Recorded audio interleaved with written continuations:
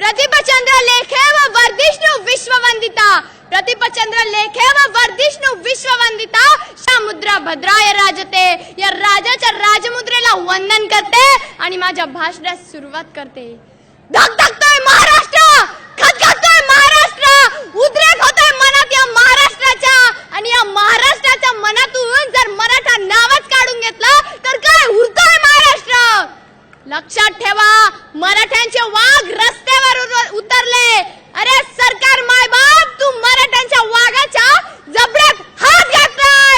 आता तो मोडेल पण वाकणार नाही अशी आमचे जात आहे. माझा शेतकरी बाप ढसा रडतोय, काना रडतोय आणि त्याला हसवतोय. नेमकं चाललंय तरी काय. आम्ही भीक मागत नाही, आम्ही दया मागत नाही, आम्ही आमचा हक्क मागतोय, अधिकार मागतोय. आणि तो अधिकार आम्हाला मिळालाच पाहिजे, मिळालाच पाहिजे. 40% गुण मिळवणे तुम्ही मंत्री पदावर जातात, मोठे मोठे प्रशासनात बसतात आणि 90% गुण मिळवणे आम्ही नोकरी चाकरी करतो. आम्हाला नोकरी किंवा चाकरी याबद्दल काहीच म्हणणं नाही, परंतु कशाला म्हणता शिक्षणात आरक्षण. गुणवत्ता आणि बुद्धिमत्ता का पुढे सरसावू देत नाही.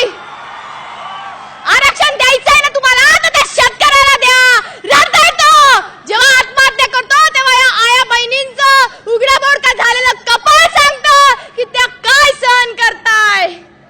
या जिजाऊच्या लेकींना साधं संरक्षण देता येत नाही तुम्हाला.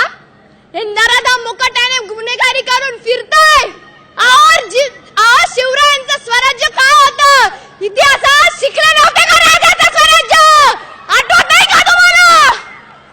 त्या राजानं स्त्रियांवर अत्याचार करणाऱ्याला फाशीची शिक्षा दिली होती, भर चौकात मारलं होतं. आणि तुम्हाला एक वर्ष लागतंय.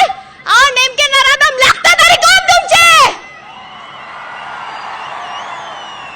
या स्त्रियांना संरक्षण मिळवून द्या. एखादी व्यक्ती भीक मागते आणि त्याला भीक देणं ही सेवा झाली, परंतु त्याला भीक मागण्याची वेळ येऊ देण्यात आलं.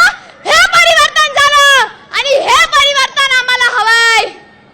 मराठ्यांच्या वाघांना तुम्ही कमी समजू नका, आमच्या मोर्चांची तुम्ही चेष्टा करू नका.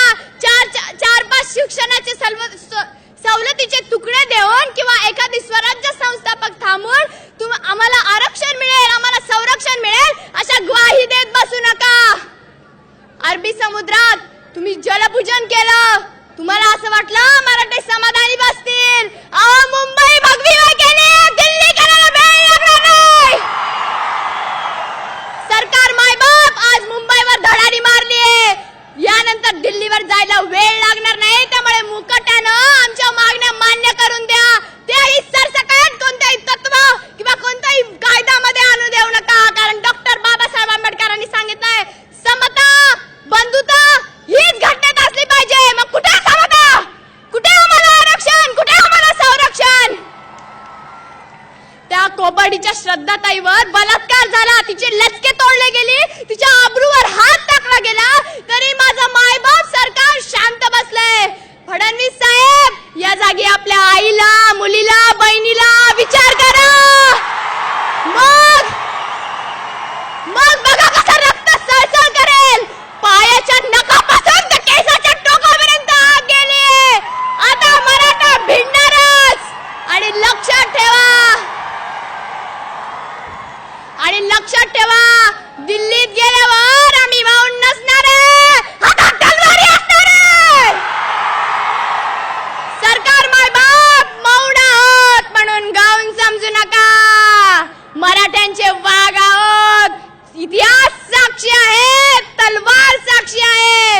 एक गोष्ट लक्षात ठेवा, माझ्या राजाला हातात तलवार देणारी भवानी माता होती. त्या नराधमांना फाशीची शिक्षा देता येत नसेल तर तसं सांगा. जिजाऊच्या लेकी कमी नाहीये. तलवारी म्याण्यात आहेत त्या तशाच ठेवा.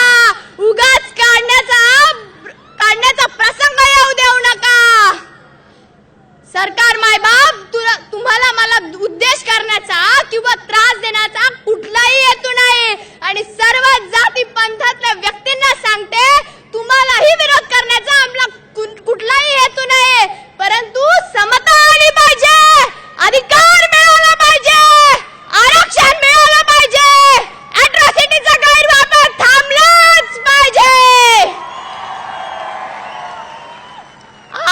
घडलेली कोपर्डीची घटना ही शेवटची घटना असेल. यानंतर जर कोणत्या नराधमानं मराठ्यांच्या लेकींवर किंवा इतर कोणत्याही जाती पंथाच्या लेकींवर हात टाकण्याचा प्रयत्न केला तर मायबाप सरकार कायदा विसरून तलवारी हातात घेऊ रे, तलवारी हातात घेऊ.